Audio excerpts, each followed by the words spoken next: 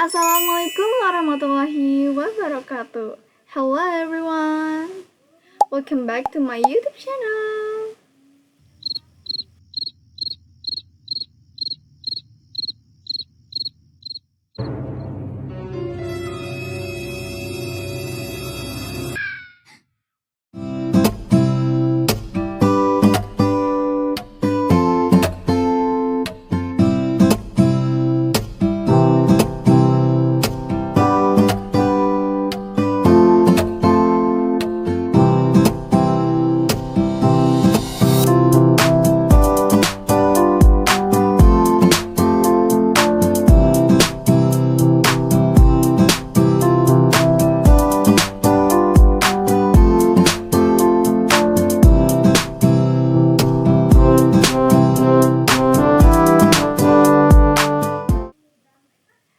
Banyak orang berkata kalau di era ini disebut dengan era digital.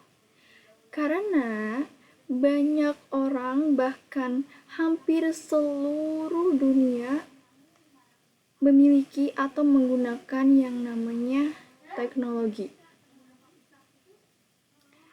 Contohnya handphone. Karena sekarang itu apa-apa digital, apa-apa online. Misalnya uang sekarang ada loh, uang digital. Terus mau belanja sekarang bisa online. Mau naik ojek bisa online, tinggal pesan. Terus mau pesan makanan juga sekarang bisa online. Bahkan sekarang buku pun ada yang dinamakan dengan buku digital. Tapi kalian pernah nggak sih berpikir gimana pesan yang kita kirim, website yang kita buka, atau video yang kita tonton itu bisa sampai ke perangkat kita hanya dalam hitungan detik saja? Padahal sebenarnya data itu harus melewati banyak proses di dalam jaringan. Nah, semua proses itu diatur oleh sebuah sistem yang disebut networking model. Di video kali ini aku akan jelasin tentang networking model, jenis-jenisnya juga, dan bagaimana proses pengiriman data dalam jaringan komputer ini. Tapi, sebelum itu, seperti biasa, nyalain dulu musik gak sih? Biar gak bosan. Musik! Simak penjelasannya ya guys. Oke guys, langsung aja kita masuk ke materinya.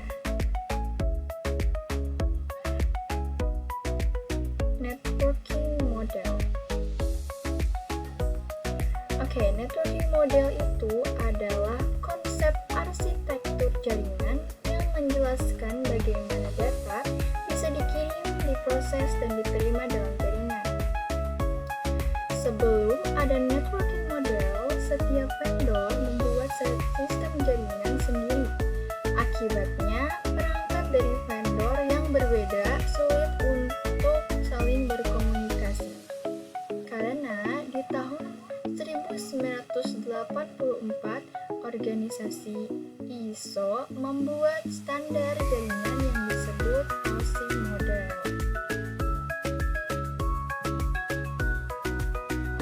Pada gambar ini kita bisa melihat antara gambar yang kiri dan kanan. Gambar kiri bisa dinamakan dengan chaos networking. Tahu kan artinya chaos itu apa? Chaos itu kacau. Jadi semua proses jaringannya itu bercampur tanpa struktur yang jelas, sehingga sulit dipahami dan sulit dikelola. Sedangkan pada gambar yang kanan, proses komunikasi jaringan dibagi menjadi beberapa layer, sehingga setiap bagiannya memiliki tugasnya masing-masing. Gambar ini bisa disebut dengan model networking.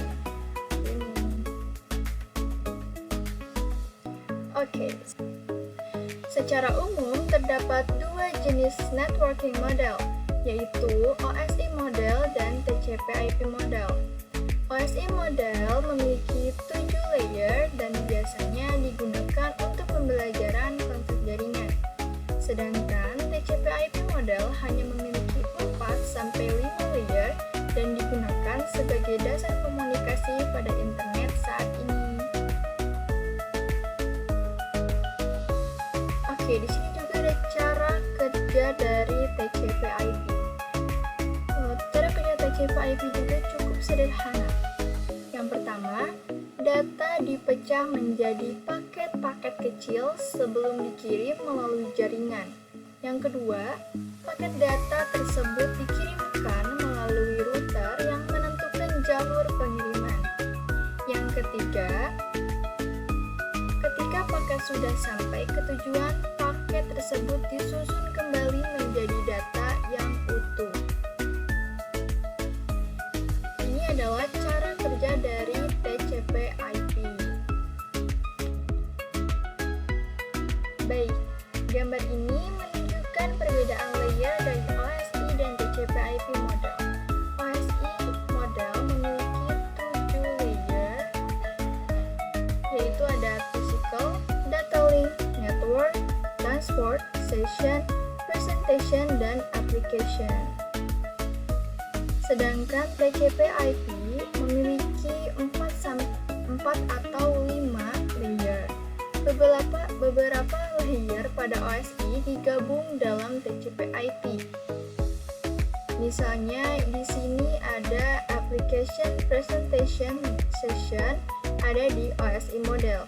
Sedangkan di TCP/IP digabung dan menjadi application. Nah, di sini juga ada physical dan data link. Di TCP/IP digabung dan menjadi link, sehingga menjadi lebih sederhana dan lebih banyak digunakan pada jaringan internet saat ini. Jadi begitu perbedaan dari layer OSI dan TCP/IP. Oke, di sini ada application layer. Application layer itu melayani interface atau antarmuka untuk aplikasi atau perangkat lunak untuk berkomunikasi melalui jaringan, protokol, HTTP, FTP, SMTP, dan lainnya. Di sini juga ada gambar. Gambar ini menjelaskan proses komunikasi ketika kita membuka sebuah website. Yang pertama di sini ada user ya. Di sini user. User itu memasukkan URL di browser. Contohnya itu http www.example.com seperti itu. Terus yang kedua ini browser mengirim HTTP request ke web server untuk meminta data halaman ini. Setelah itu server mengirim HTTP response yang berisi website.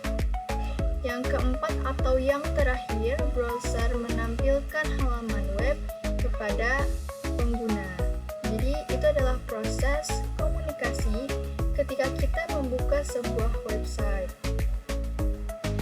Oke, di sini juga ada yang dinamakan dengan transport layer. Pada transport layer ini terdapat dua protokol utama, yaitu TCP dan UDP.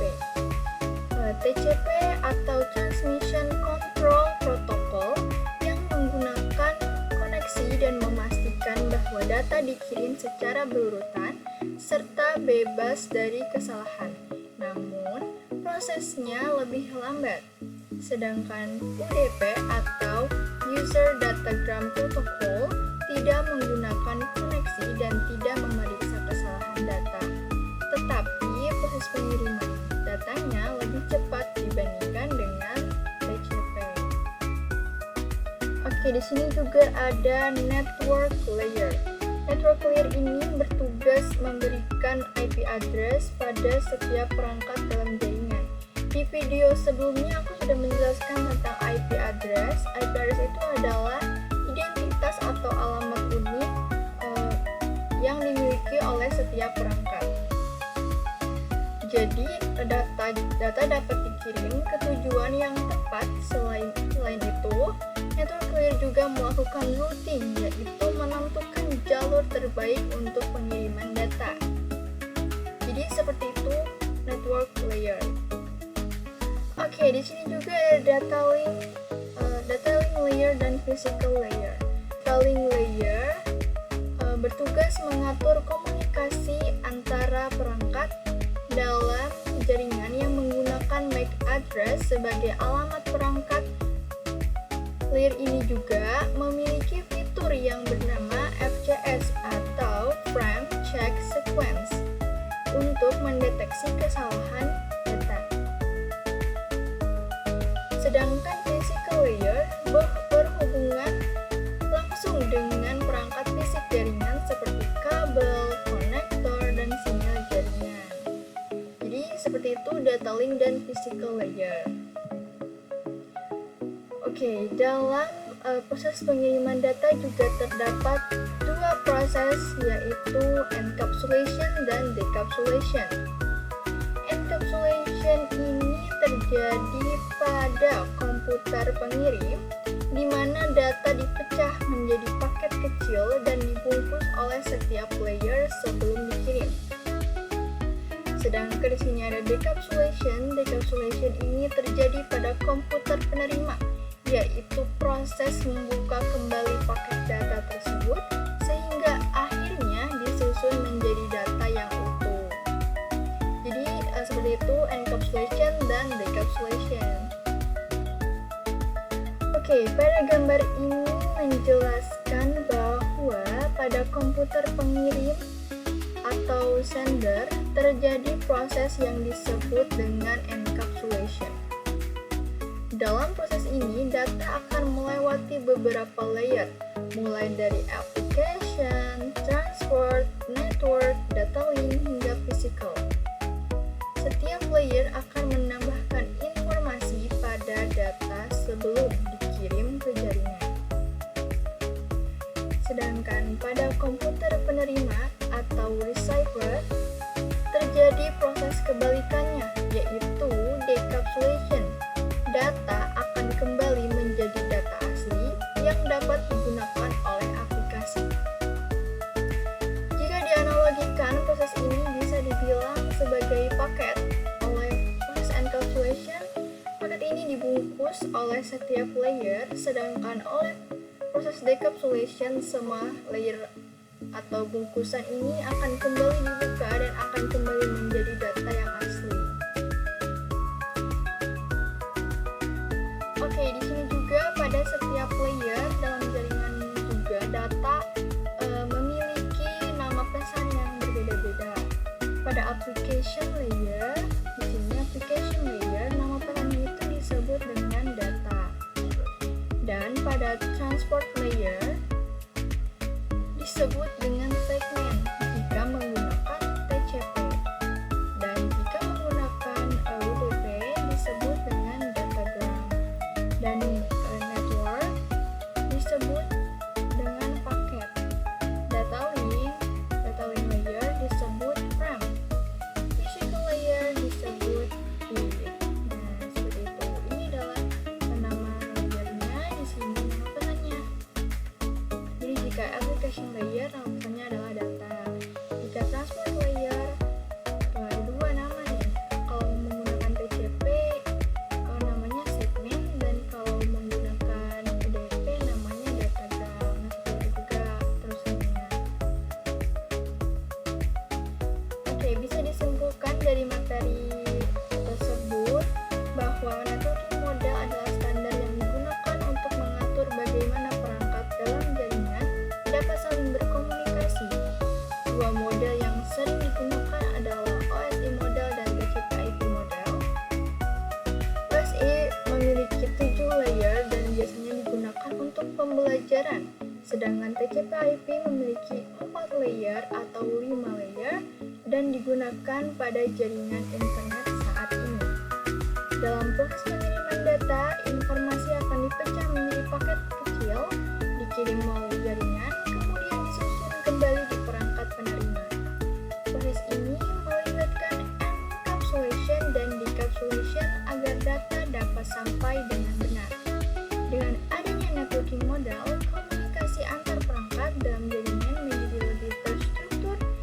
efisien dan mudah dipahami. Terima kasih. Oke guys, jadi dari pembahasan tadi kita bisa memahami bahwa networking model berperan penting dalam mengatur komunikasi antar perangkat dalam jaringan. Dengan adanya model seperti OSI dan TCP/IP, proses pengiriman data menjadi lebih terstruktur dan mudah dipahami. Oke guys, sekian dari aku. Semoga penjelasan ini bisa membantu kalian memahami dasar dari networking model. Thank you for watching and see you the next video.